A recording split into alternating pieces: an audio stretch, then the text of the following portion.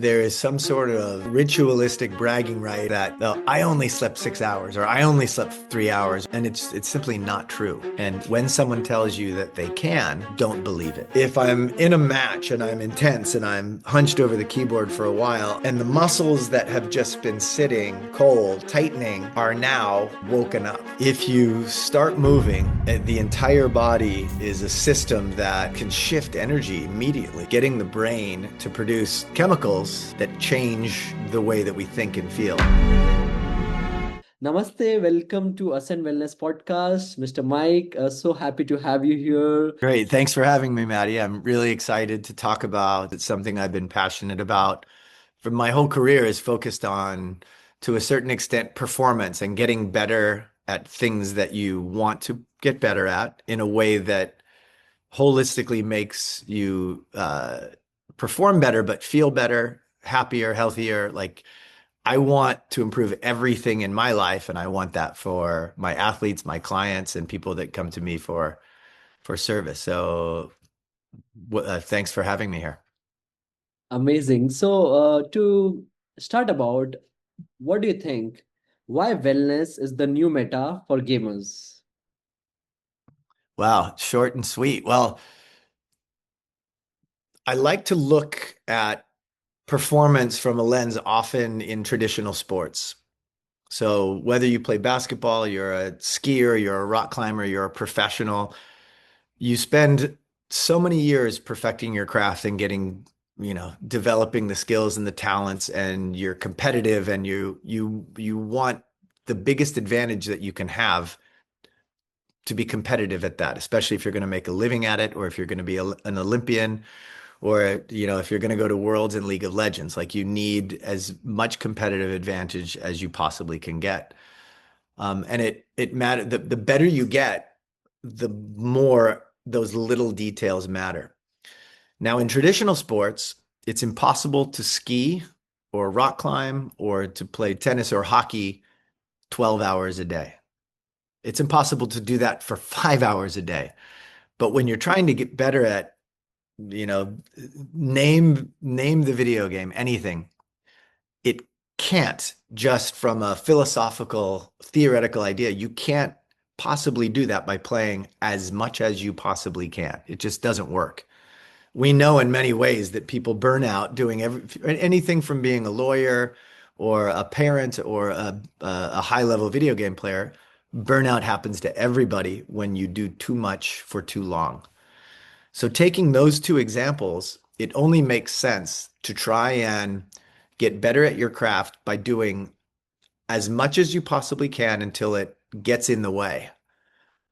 And so then when we peel that back, we can look at what are the things that we're ignoring. And I'm going to go specifically at in the video game world. What are we ignoring that we know is important to live? Let's just pretend like you care about living a healthy, happy life. We know what adds, we know what contributes to that. We know that being mentally well, relating with others, being outside, being in nature, being physically and mentally well, all of that goes towards, fulfilling who you want to be as an individual. But what we also know is that the more you combine these training elements of the in-game performance, like playing whatever game, whether it's individual or if you're working with a team, you have to do that in order to become good at it. But you also have to, from a physiologic perspective, from a brain neural circuitry perspective, you have to optimize that as well. So how do you go about bringing all of those things into it? We can get to some of those ideas that we've come up with FITGMR, but the new metaphor gaming and high performance is incorporating things that make you better at things outside of the game. A lot of bookmarks in Totally, there to pick it up later. totally. And this very interesting point you said, how do you think someone can understand, especially gamers, can understand where is this thin line of getting burnt out or giving out full in? Yeah, okay. One thing I would ask anyone that's interested in this is to ask a couple of questions to yourself. Are there times where you wake up in the morning and you think you're you're solely focused on something, we'll say the game, to get in and get better because you know that everyone around you is doing the same thing, but you have this knowing somewhere in the back of your brain that you're ignoring something else that is important. Whether it's, God, I didn't really eat anything last night before I went to bed. I didn't sleep well. I didn't sleep enough. There has to be something in the back of your brain. And as you grow into it and understand that those nagging questions in the back, knowing like I should be sleeping more, it catches up to you. And it doesn't matter if it's sleep or nutrition or obsessing or ruminating about what other people are saying about you online, or even knowing that, guy, I was in game last night until 4 in the morning. I slept for maybe a lot of hours, and my arm doesn't feel the way it should. Or, you go into a bout of just whether like you're a streamer and you're casting for 20, people do marathon cast and you're on for 2 days and you know that something is not right. That's the thing, is that thinking about addressing some of those things that that it's not just about being in game, but it's addressing those things that are nagging at you. Now we know that people retire early. We know that gamers' lifetimes in their sport, in their professional career, they tend to go they're up and then they're down. I know from my work with Cloud9 that there are 3 people currently on their League of Legends teams that have been there for years. Now, okay, I know that in the world stage, Cloud9 is not the absolute top tier. We can name the 5 or 6 teams that are there all the time, but we can also focus on people that rise and fall quickly or ones that disappear because of chronic disease or actual injury that I keep pointing to my neck and my right arm, right? All of these things tend to lead gamers towards not just burnout, but actual physical injury that gets in the way of their longevity. Now, if we were to compare some of these games to something like chess, sure, there are chess prodigies that are very young. But when you take a look at some of these games, and I refer a lot to League of Legends because I've worked a lot with that team at Cloud9, there is this body of knowledge that you build up about any game that's helpful long term. But if you're only in the game as a professional for a handful of years, what we know is that you can continue to train hand-eye coordination, reaction speed, movement time, decision-making processes. But something that you can't train within a couple of years is that chess master's mind that you accumulate over 10 years. And so, what I firmly believe in is that as the gaming world continues to expand and goes on for many, many years, we will find that gamers are not having to play as long, meaning every day. It's not going to be a 12, 16-hour day. It's going to be shorter time. People are going to develop habits around practice, knowing that there's an optimal window to get in, to practice, and then to go away and do something else. And that something else is going to be things that are very um, amenable to help physical health, mental health, well-being, nutrition, sleep, seeing other professionals that can help with all of those things. Like we'll say professional baseball players or cricketers, they don't do it alone. They have an entire stable of people. And it tends to be in the esports world, there are coaches and managers, but the players are on their own. So I know I've gone in a lot of different directions there, but I think what we know is that the capacity for turning esports into a broader, um, more wider training environment so that they can, thrive not just in the game, but outside of the game as well. So true. I really agree with you. Like basically to get more grounded in all different Yeah, directions. sure. Wow. Amazing, amazing. And so talking about all these physical injuries right now, I see a lot of problems with gamers having posture problems, Hmm. and not just that, but mental fatigue as well. right? So what do Yeah. you think about, because they're sitting at one place and playing long time without having concern about moving or doing any stretches? So what do you think about that? How can Yeah. someone really actively participate and have a change in their lifestyle? Yeah. Let's talk first about the posture and the gaming setup.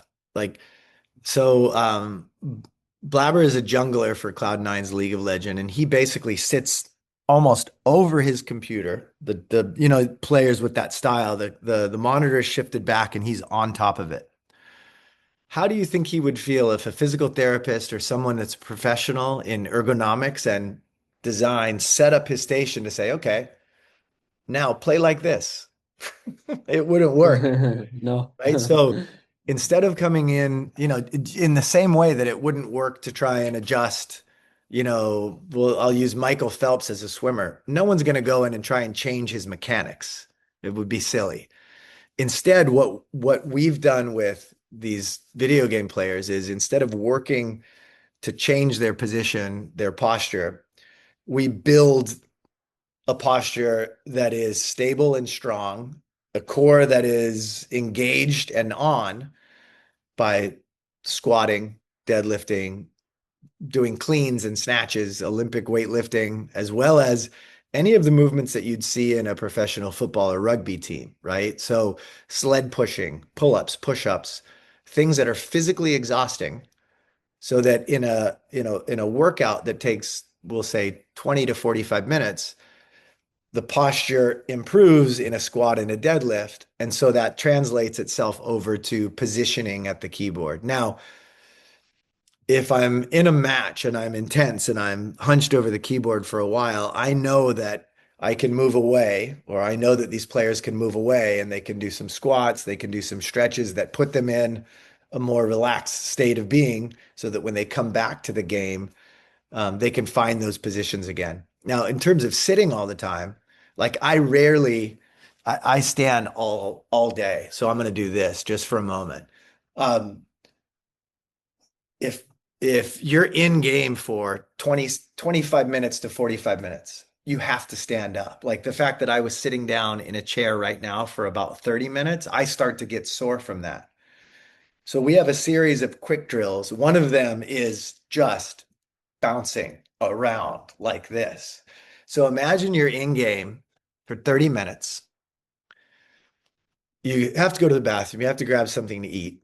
So before sitting back down, you do this kind of, we call it Simon Shuffle. There's a whole story behind it, but 2 or 3 minutes of that. And if I'm bouncing around, it could be compared to like a boxer shuffle or jumping rope or even dancing, right? Clear the mind and just bounce around. And what happens is physically, from an anatomical point of view, blood is pumping, the blood pressure changes, the heart rate goes up, a little bit of sweating happens, your respiration rate changes, and the muscles that have just been sitting cold, tightening, are now, I'll use the word woken up. So things happen in the body. Circulation happens, blood flow, oxygen to working muscles. So we have a whole series of what we call those quick drills. That bouncing around is one of a couple, 5 or 8 different quick drills that we do. And it only takes, I don't know, even if you only have 2 minutes, if you have 30 seconds to do that, it's better than nothing. It's what we also say about meditation. I can sit down, take a couple of breaths, clear my mind in a minute or two, and that can change so much about my attitude, my presence, my anger level, the way I relate to my teammates. So physical training, doing some movement throughout the day within some of your quick breaks during the game, make a absolutely make a big difference, even if it's only for a few minutes at a time. So, Wow, so true. Really agree with that, right? Even like for me, when I'm playing and I'm like, okay, now that thought comes into my mind, I need to move. So I just have some movements and then thoughts are more easier to process and then right, can play in a much nice and easier way. Very right. Back interesting. in back in 2000, I believe it was toward the end of the year. It was when Overwatch was really hitting its stride, and we were working with two of the the London Spitfire. Everyone was everywhere. All of the players were, I think almost everyone was European. There were a couple of American team managers and coaches, but we met like this over Zoom. Actually, it was probably in Discord. The players had headphones on. All of the headphones had cords.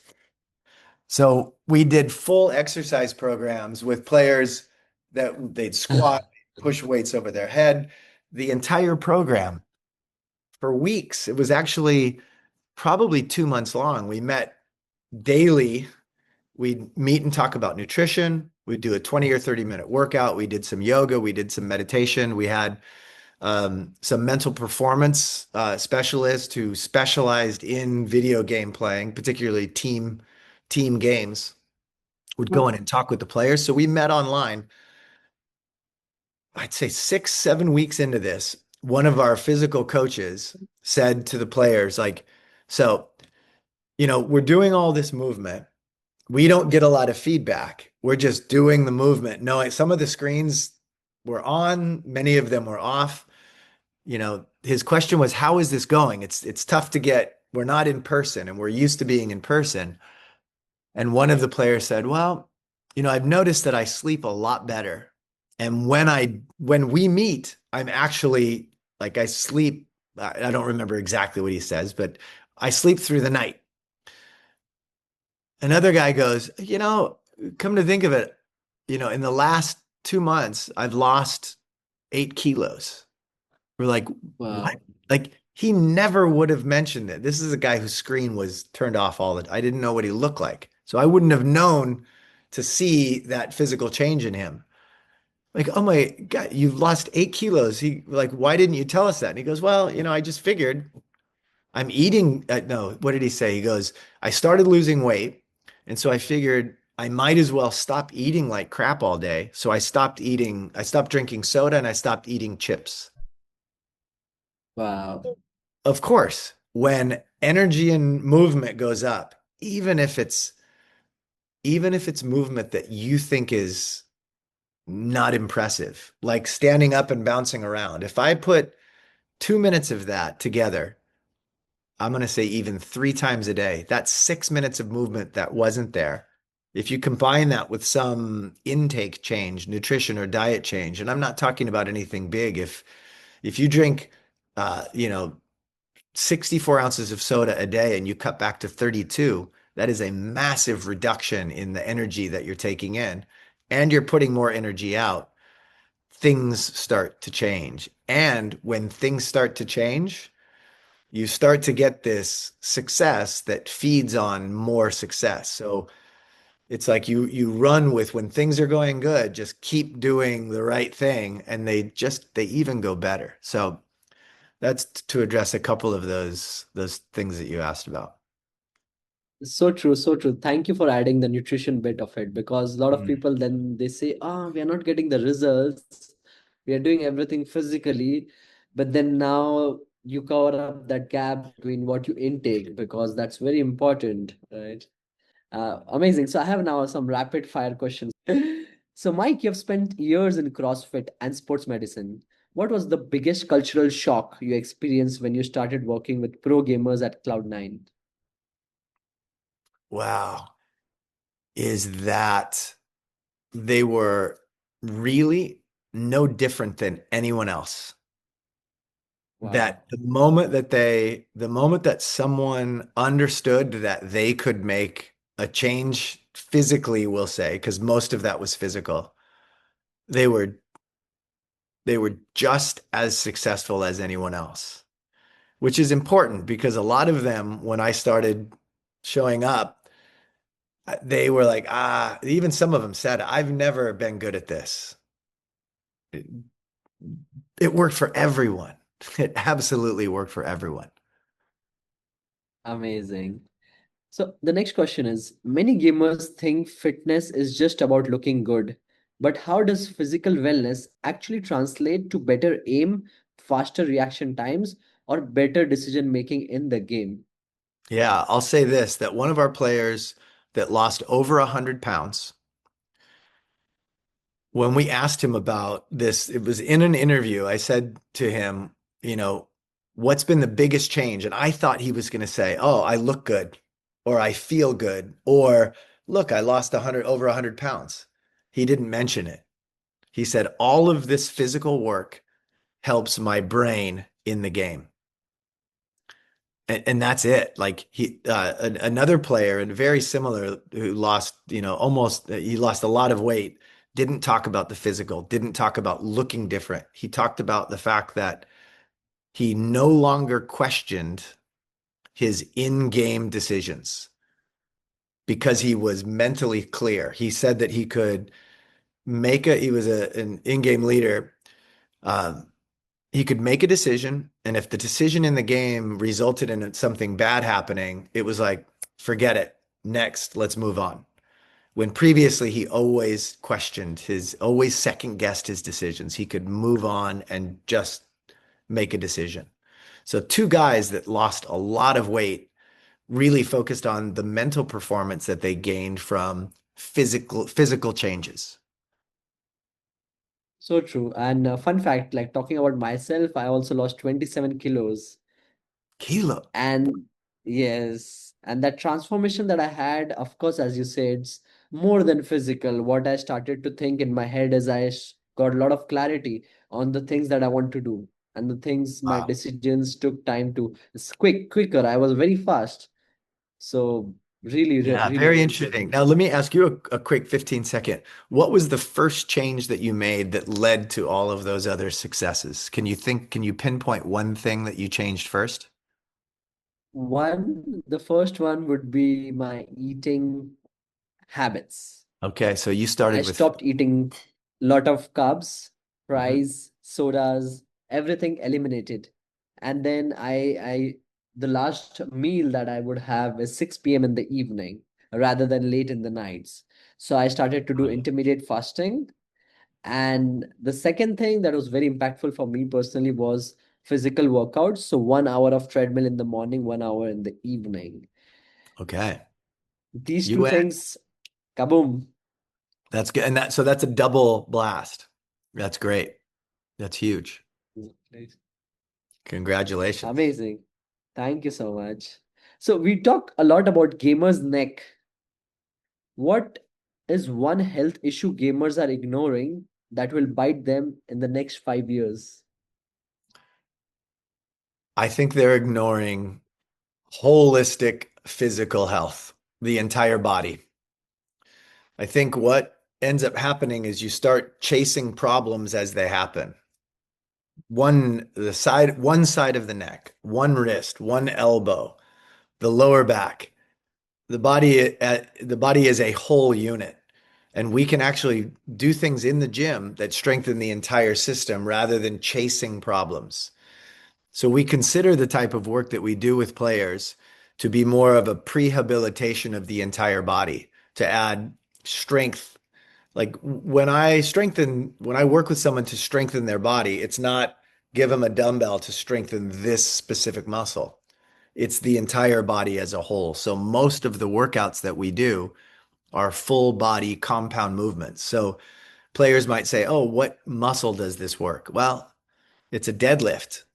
It's your quads, your hamstrings, your lower back, your torso, your core, your glutes, your upper body, your shoulders. Like it's too difficult to pull out those little things. So I'll summarize it by saying instead of chasing the problems that come up, it's build a body that's solid, that's strong, that's powerful as an entire body first. That's our approach. Nice. For someone mid grind who doesn't want to leave their chair, what is a 60-second reset they can do between the matches to keep their nervous system sharp? Yeah, it's Simon Shuffle. It's this. Stand up and just move around. No rhythm, no thought. You don't have to count.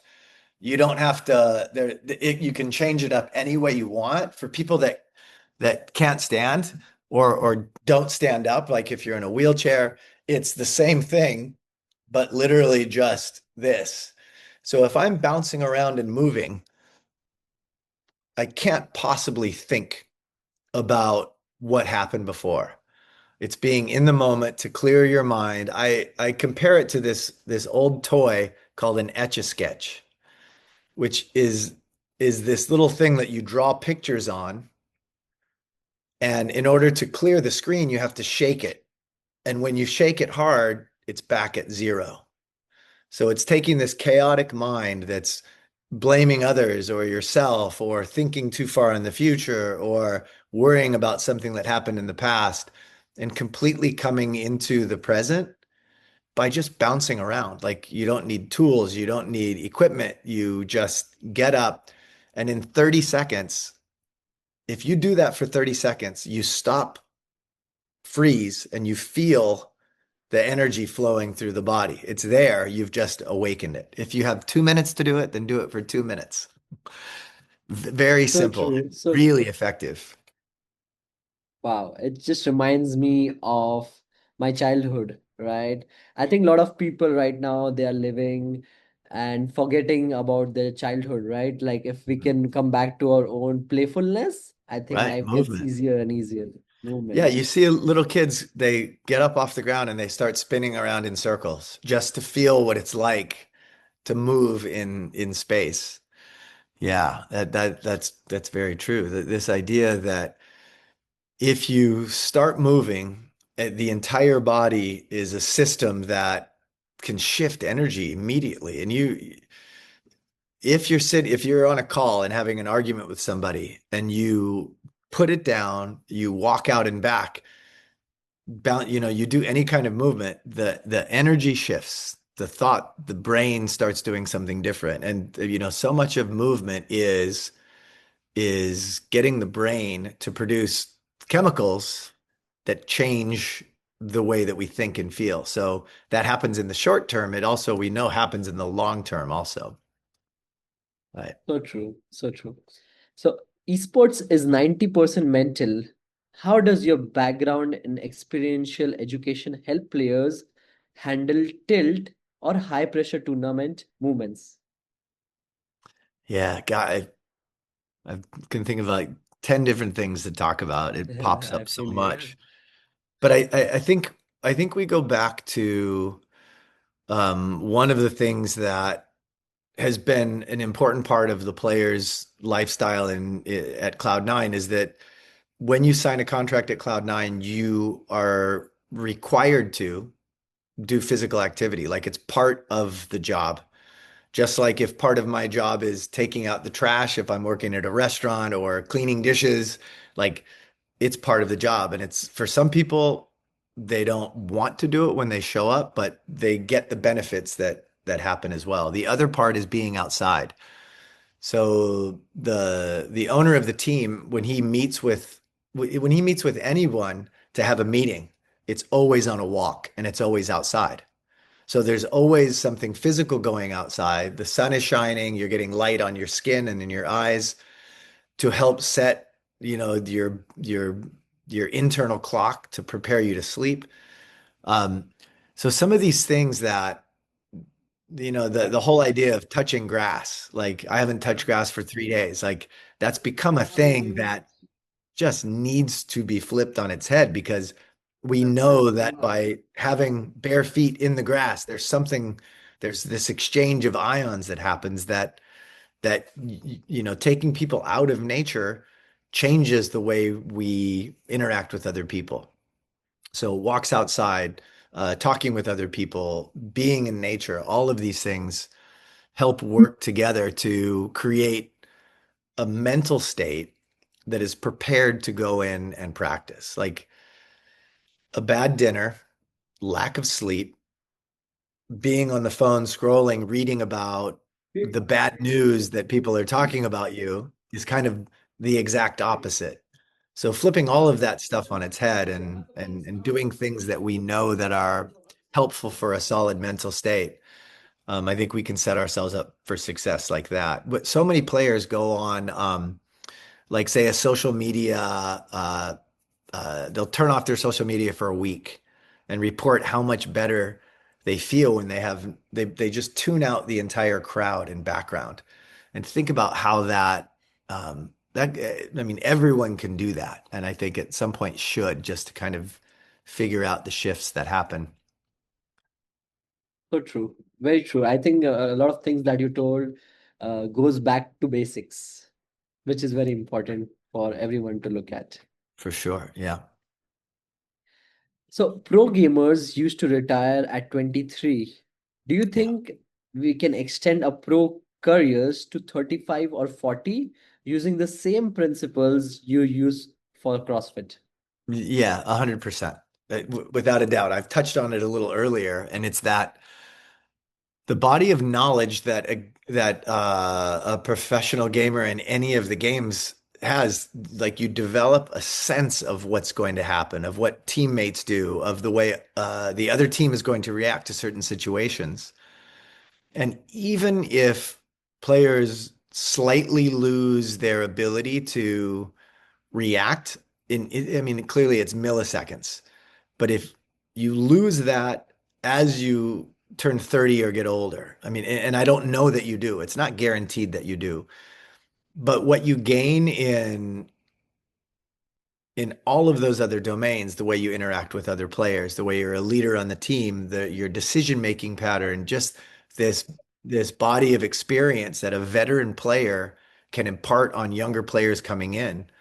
I think, uh, I mean, I've seen it. I've talked about how players on Cloud9 are a little bit older than they have been in the past, and they, they bring younger players in from overseas and are able to at least mentor them um, in a lot of the games. I mean, in a lot of aspects of the game. And we've seen people like, again, most of my references are with respect to League of Legends, but we see players like Uzi from China who drops out, undergoes some sort of physical rehabilitation as well as mental reset, and players absolutely come back into it. So um, I do think that there is a lot of positive steps being made towards longevity in players' careers. Nice, nice. Now we're going to touch down upon nutrition. We did. So this Mhm. would be specific Mhm. upon caffeine and sugar, right? So Yeah. caffeine and sugar are the gamer fuel stereotypes. Yep. What should a gamer actually be consuming to avoid a 3 p.m. crash? Well, the use of caffeine has been studied a, a ton. The literature is very clear that people who drink caffeine all the time get essentially no benefit to ingesting caffeine in terms of positive arousal, right? If I want to go into a game and be ready to play, I need to have a certain arousal state. We know that if I over ingest caffeine, I can get jittery, I can become, mentally confused, like I'm not going to play the way I normally do, especially if I don't, especially if I overdo it. But people that drink caffeine regularly don't get this performance bump. What they get is a need to ingest more caffeine to just maintain their regular state of arousal. And then if they overdo it, they get too much. So really, when caffeine is used as a mental performance enhancing drug, it has to be used and dosed very carefully. So it's really only effective for people that don't really use it very often and then decide to use it in small amounts in order to increase their arousal. So it needs to be used um, it needs to be used very carefully. So if we say that most people that drink caffeine drink it all the time or drink it often, they're not going to get any real performance enhancement from drinking caffeine. And if they're drinking a ton of it, it's probably to compensate for lack of sleep or things that they didn't prepare for that are much easier to prepare for than you might imagine. So getting more sleep is probably a better idea, and then using caffeine carefully and dosing it appropriately. There's a ton of literature out there that can be read about that. Um, and sugar is easily one of the most addictive things that we can eat. And I would say that in terms of nutrition, one of the most effective things that I think just about the entire nutrition world can agree on is that there is little to no positive benefit from eating simple sugar, like candy, sweets, things that have a high amount of sugar. Sugar drinks Added sugar to anything is not only unnecessary, but it creates long-term uh, health hazards, health risks related to developing prediabetes. Many cultures now have far more children, adolescents than ever that are actually diabetic, that have type 2 diabetes, which used to be considered adult onset diabetes, which is now just type 2. Um, and so there's a lot of different ways that I can go in terms of the sugar intake.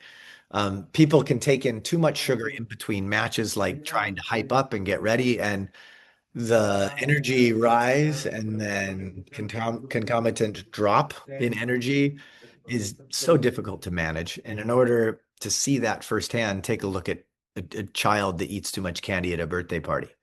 You know, birthday cake comes out, the kids get crazy, and then an hour later, boom, everyone crashes. And along with the crash is grouchiness, the inability to communicate, like a lot of other personality traits change based on over ingesting, added sugar.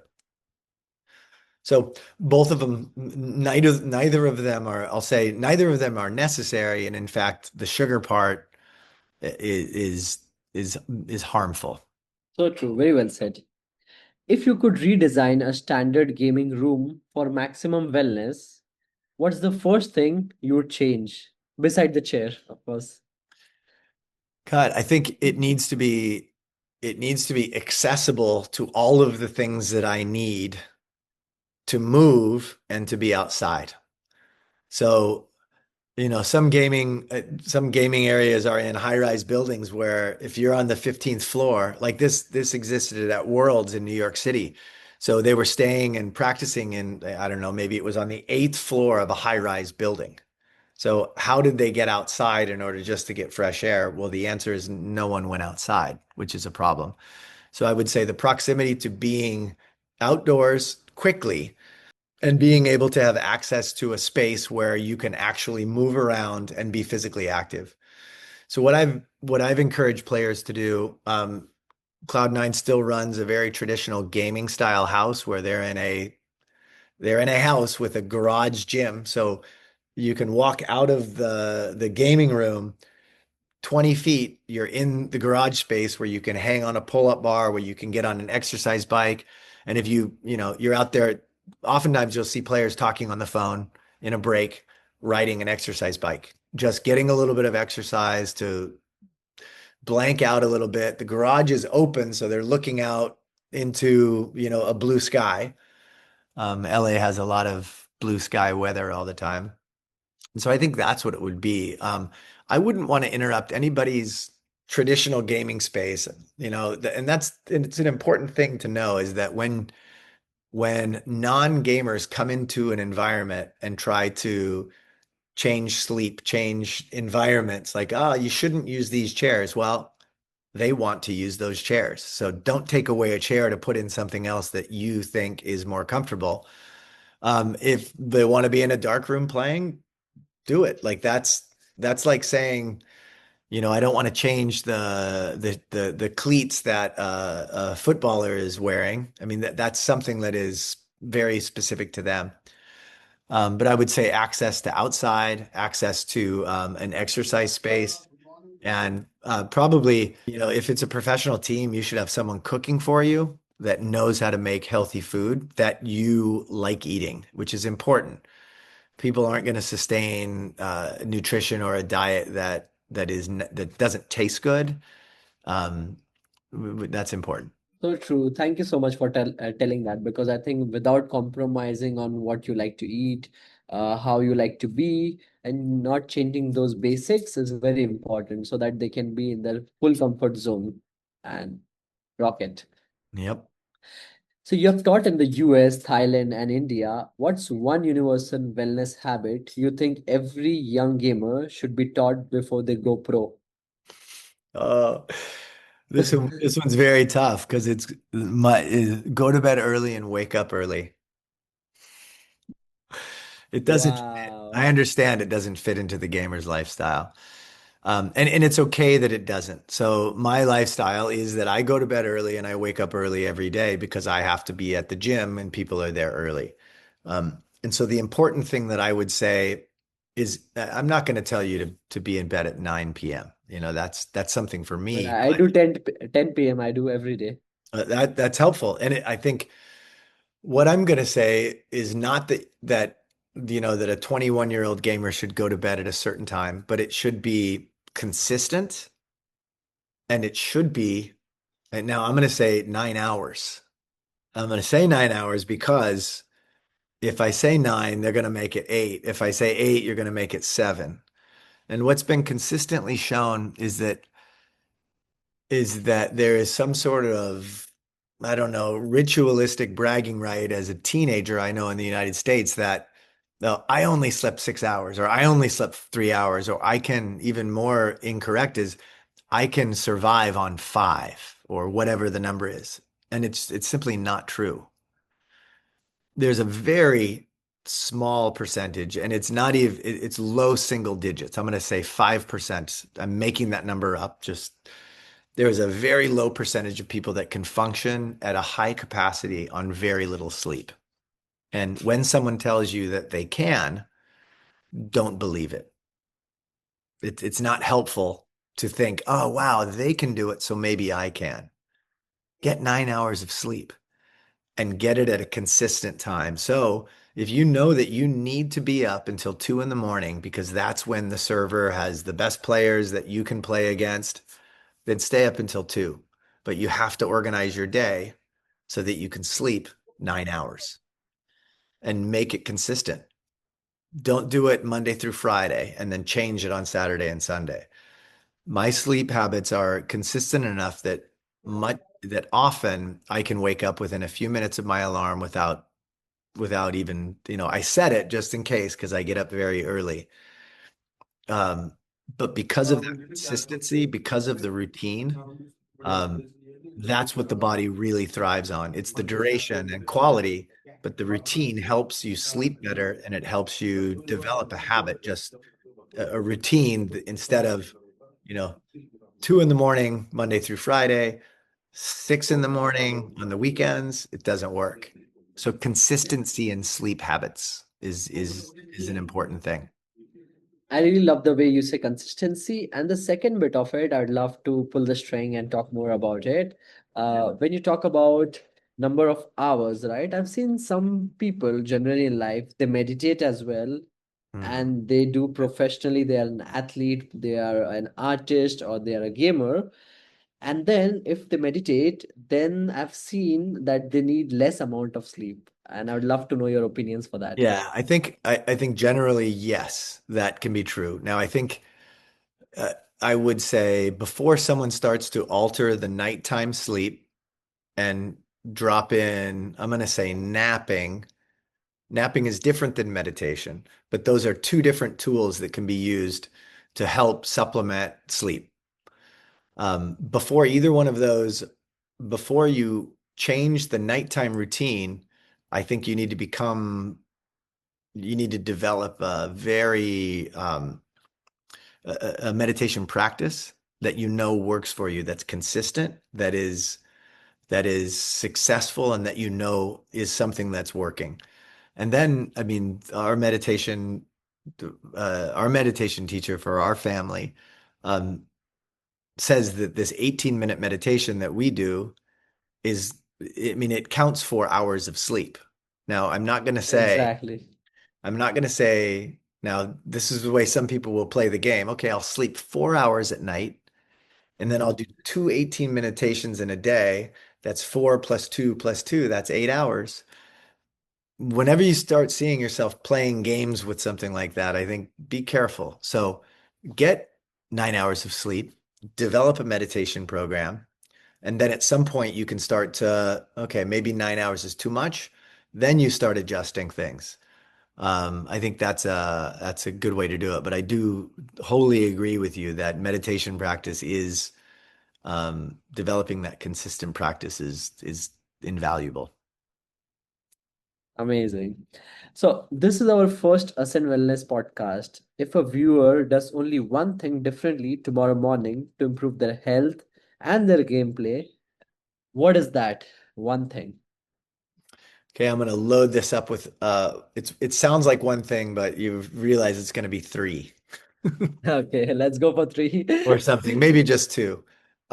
Right when you get up in the morning, when your eyes open and you realize that you're awake, get out of bed and go outside and walk for 15 minutes. No phone, no podcast, no nothing. Just up immediately when you're awake and go outside for 15 minutes of moving. Now, I could add on a bunch of things and drinking water and, then meditating, but that idea of getting out of bed when your body is awake instead of turning the alarm on for one more hour, almost never helpful. But going outside and being in the sunlight, or it doesn't even have to be sunny. If it's light outside, your body takes in the rays of the sun and it's setting itself up for when to go to sleep, say 17 hours later. And if you don't have that contact with the sun, then your body's biorhythm, the circadian rhythm that tells you when it's time to go to sleep, isn't going to get the signal at 7, 8, 9, 10 o'clock, 10 p.m. to prepare yourself. So when does sleep preparation begin? The moment that you wake up and go outside. So we've got a little bit of movement. We've got a little bit of, we'll say, some meditation because your mind can be clear outside. Um, and we've got being outside, sunlight. So a couple of different movement. Sunlight So a couple of things added together. and Get up and grounding. get outside. Nice. Yeah, Amazing. Thank you. This is, I think, a very nice, simple, easy tool that anyone can use. that's right. No, So, like really grateful. I was gonna say, you don't have to have a Yeah, gym. You yes, don't need yes, equipment. please. It's just literally going up and getting outside. Exactly. That's what I've seen. One of the reasons is like everyone is making reasons of not able to do things because of ABCD.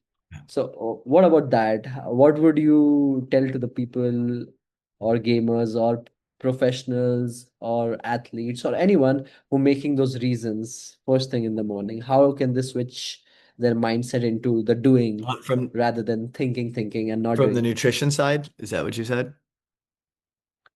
No, from the Oh, mental from the mental, perspective, because from yeah, it's like they're not doing it, but they want to do it. Like the action is not aligned.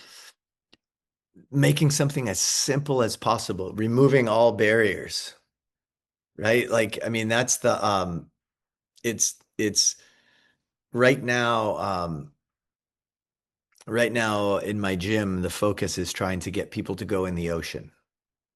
We live like the ocean is there. It's 200 meters from the house, and the entire town Wow. is in the ocean. Now people don't go in, and there's so many health benefits of getting in the ocean that are physiologic, like actual things that improve the body when you get in the ocean.